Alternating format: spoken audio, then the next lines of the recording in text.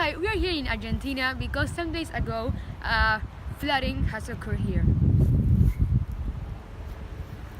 Well, now we are going to interview a family that was affected by this flooding. Look. There it is. Bueno, ahora hay que cambiar el idioma, ¿no? Al español, porque esta persona que sobrevivió a este flooding nos va a contar toda su historia en español. Bueno, pero igual quiero decirles que no fue la única víctima, ¿no? Miren acá, la pobre paloma también fue afectada por la inundación y quedó así. Bueno, les sigamos con tu testimonio. ¿Cómo te llamas? Nicole, ¿Cuántos años tenés? 27. ¿Cuántas hijas tenés? Una hija y un hijo. Bueno, contanos tu testimonio. Bueno, la verdad que fue muy duro porque yo estaba con mi hija en el cine y al salir había tanta desesperación que tardamos 2 horas en salir de las puertas del cine y después de eso tuvimos que caminar 2 cuadras hasta llegar al auto, que con suerte andaba porque tenía 10 centímetros de agua adentro, pero pudimos manejar algunas cuadras hasta llegar a un hotel y hospedarnos ahí por la noche junto a mucha gente que también buscaba lugar para quedarse. Bueno, ¿cómo decía? Y bueno, después de eso pasamos la noche y al día siguiente pude dejar a mi hija en la casa de mi suegra, cuando yo con el auto iba lo más cerca que podía a mi casa, hasta un punto que no pude ir más con el auto y tuve que ir caminando con el agua a nivel del cuello, pero llegué y pude salvar a mi hijo y mi esposa. So we can see that it is still raining, so this flooding will be progressed. Well, and now I will pass it to Ferdinando, that he will explain about all the causes and what happened in this The flood. causes of the flooding were the absence of waterworks, climate change, deforestation on the area, the north area, and the growth of surface of cement, and the residues closed the basins.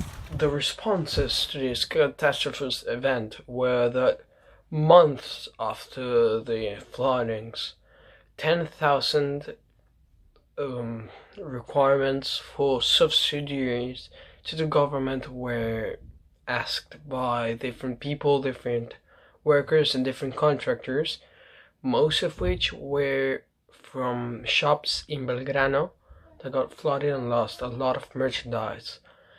And out of these 10,000 requests for subsidies from taxes, only 12 were granted by the government. And after only granting 12 people what they thought they needed to recover, they used this money that they did not spend in these people in order to construct two drainage tunnels, 9.8 kilometers and 4.6 kilometers in length and 6 meters in diameter, directly benefiting more than 300,000 people, and all of these people who had been flooded, because now the frequency of floodings in Buenos Aires was reduced, especially in the Maldonado Basin. Then there was an improvement of the drainage capacity in the Maldonado Basin due to this construction of new tunnels, and a reduction in material losses of inhabitants compared to previous years and other basins. This is once again because these tunnels that got constructed, they basically got the water away from the city, and so the city did not flood, so people did not lose their materials, their hard-earned money due to the flooding, because all of it went with the tunnel.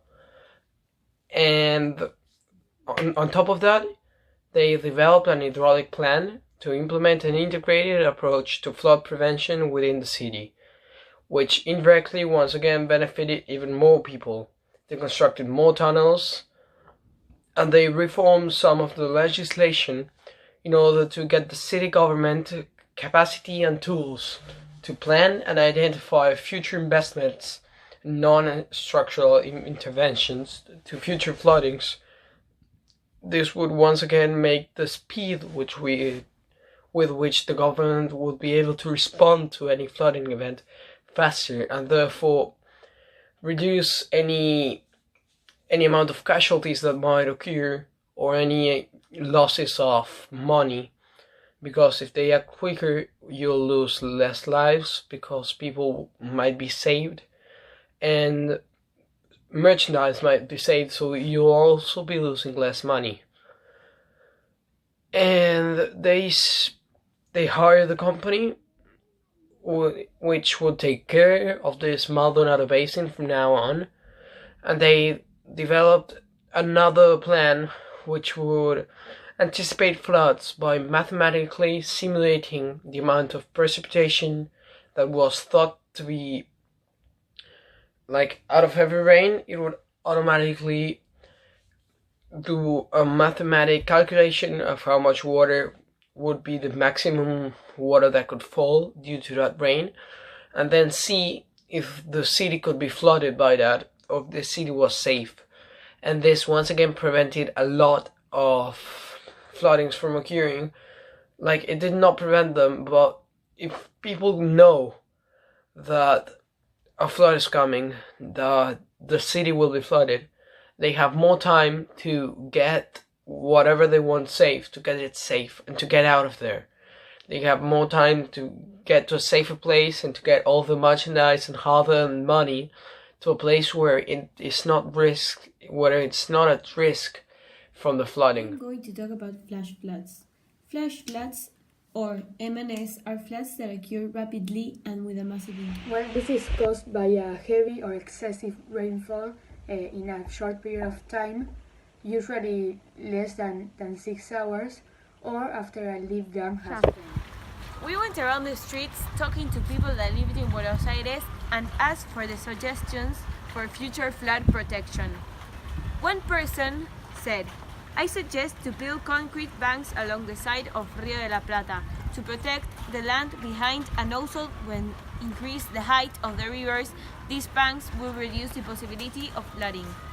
Another option, it would be a new channel, so the old river, we can cut it off and just straighten the river channel, or you can build another channel called a flood relief channel, which can be used during very hard rainfall, and we can build a gate so when it rains a lot we can open it and move water faster.